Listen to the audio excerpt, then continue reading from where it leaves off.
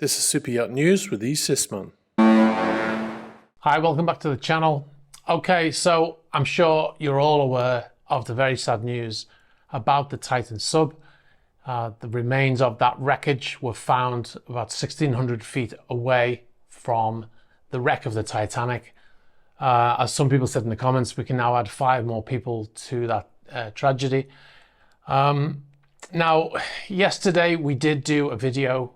We were editing a video that we'd filmed when the news came out that they'd found the sub, and we decided to scrap that video because there was a lot of information in there that was really moot, because that they'd actually found it. We were still discussing air, oxygen, all that kind of stuff. So we thought, well, there's no point putting this out now. So we scrapped it and we put out the press conference instead, just so we had something on the channel so people would know what was happening, in case you didn't already know.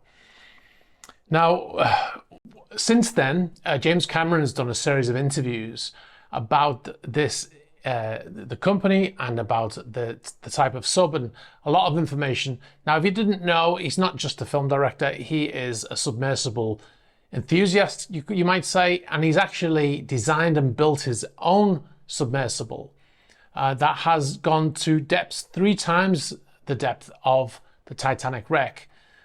So he knows a thing or two about this kind of technology, and he's been very critical of this sub, the Titan, the one that has been destroyed. And he did a series of interviews, like I said, and there was some really interesting information in there, and some actually quite tragic, because he said that when he heard that the sub had gone missing, he jumped on a phone, made a bunch of phone calls, sent a lot of emails, and within an hour and a half, he had the following information. He said, because it's a small community, he said that they were on descent. They were at about 3,500 feet, which is about 1,000 meters.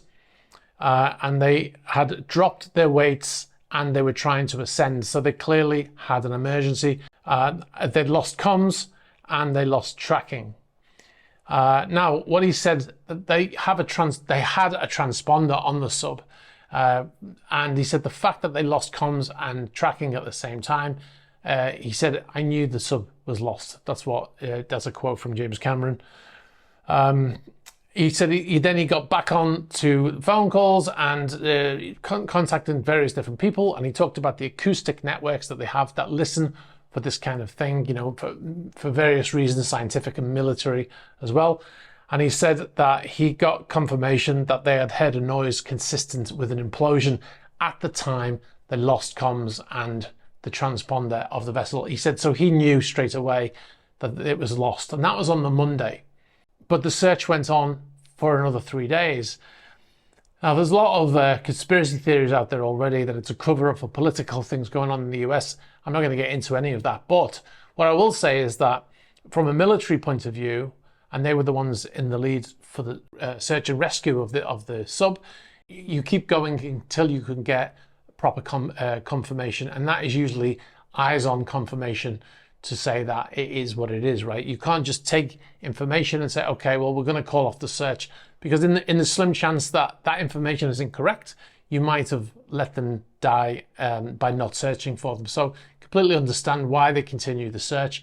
Another bit of information, which is a strange twist of irony really, is that Stockton Rush, who is the CEO of OceanGate and was the pilot on board the day that this happened, his widow now, her great-great-grandparents were actually on board the Titanic, and they never made it off. They were killed on the Titanic.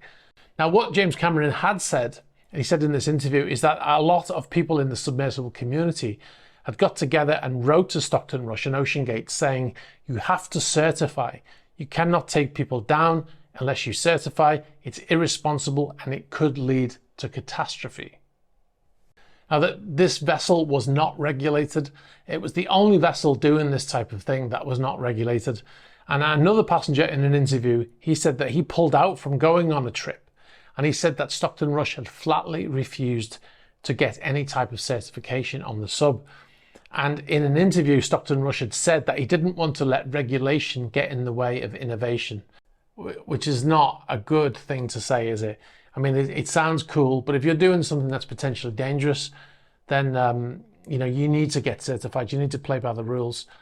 I'll play a bit from the video of James Cameron talking about why they shouldn't use carbon fiber and steel composite to make a sub. I never believed in that technology of wound carbon fiber, you know, wound filament, cylindrical hull. I thought it was a horrible idea.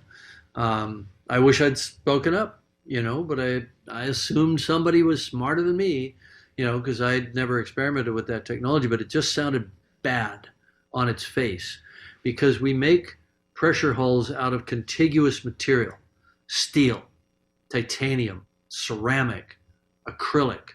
And so you can model it, you can do finite element analysis of it, and you know, you understand the yield properties, you understand the number of cycles that it can take. But you can't do that with a composite material because it's two dissimilar materials, you know, sort of bonded together. And so we all knew that the danger was delamination and progressive failure over time with microscopic water ingress and fatigue, what they call cycling fatigue. And we knew that if the sub passed its pressure test, it wasn't going to fail on the first dive. It might fail on dive 7, or I don't know what they're at, you know, but it's going to fail over time, which is insidious. You don't get that with steel or with titanium. Now, if you want to see the full video, I'll put a link in the corner here, and I'll also put a link in the description. It's not a very long video. I think it might be 5 to 10 minutes long. I'll put a link down there anyway. Okay, so we're going to move on to the next story, and this is about Royal Romance, Motor Yacht Royal Romance. The yacht has been sold. Now, you might remember this story. It was owned by Viktor Medvedchuk, who is a Ukrainian, and he was the former opposition leader of the political party in Ukraine. And it was widely said that he was probably going to be the puppet president that Vladimir Putin would put in Ukraine if he'd been successful in taking Kiev at the beginning of this the war. Medvedchuk was actually arrested by the Ukrainian government and was on trial for treason. He was waiting for his trial to come along. He was in house arrest. He disappeared at the beginning of the war. He was recaptured, and he was actually handed over to Russia in a prisoner swap, which is, I've never heard of a foreign person being handed over to a foreign country in a prisoner swap. It's normally the other way around, isn't it? Well, anyway, he was the owner of Motor Yacht Royal Romance. It's a 92 meter or 202 foot yacht built by Fedship in 2015. Now, the vessel was arrested in Croatia, and the Croatians actually gave the boat back to Ukraine so they could do whatever they needed to do with it, to sell it. And as far as I know, it's the only vessel that has been taken from a Russian owner and given to Ukraine so far. Now, the last time it pinged on AIS was the 4th of May, and it was in Trogir in Croatia. If you're in Trogir, it's in the ship. It was in the shipyard. If you can let us know if that vessel is still there, because it hasn't pinged since May. Anyway, the reason why we bring this vessel up is because the vessel has actually been sold. We have a source close to the vessel who told us it was valued at 200 million. So hopefully they got somewhere close to that. It's been super secret. We've not heard anything about it until we got confirmations through that the vessel had been sold. Now, what is very bizarre, at the moment we can't give you the name of the new owner, but we've been told that the new owner is Russian. Now, we can't confirm this independently, but our sources tell us that the new owner of the boat is a Russian, which is bizarre, isn't it? So the Ukrainians get the vessel back and they sell it, and they've sold it to a Russian. So that is quite strange. Now, if you know any more information about this story, please be sure to get in touch through all the normal methods. We'll give them at the end of the video.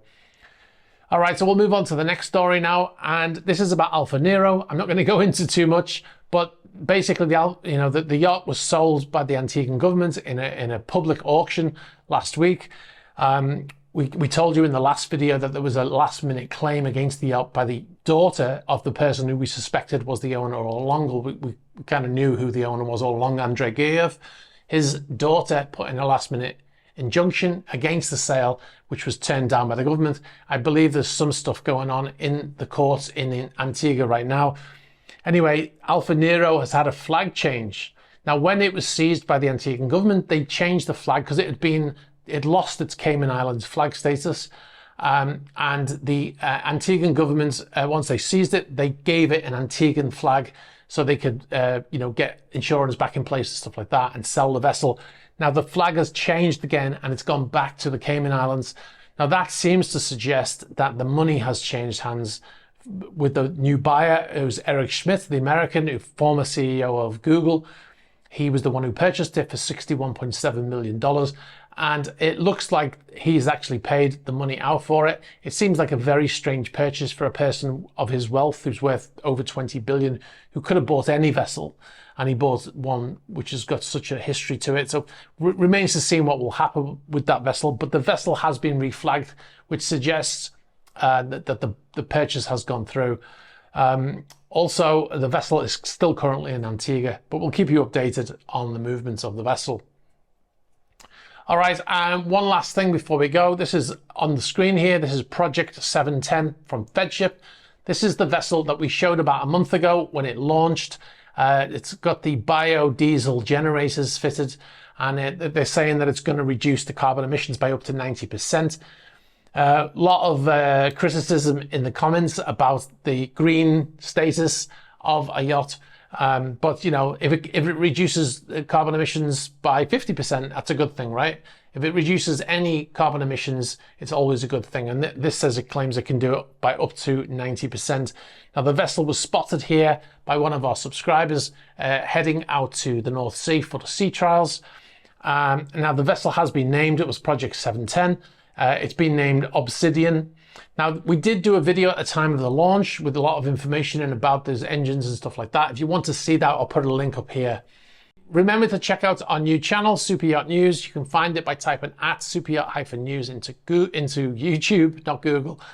The channel's really starting to take off now. We got some really good views recently, and we've got about 5,000 subscribers now. So if you haven't seen it already, be sure to check it out. There's going to be some exclusive videos coming on there quite soon.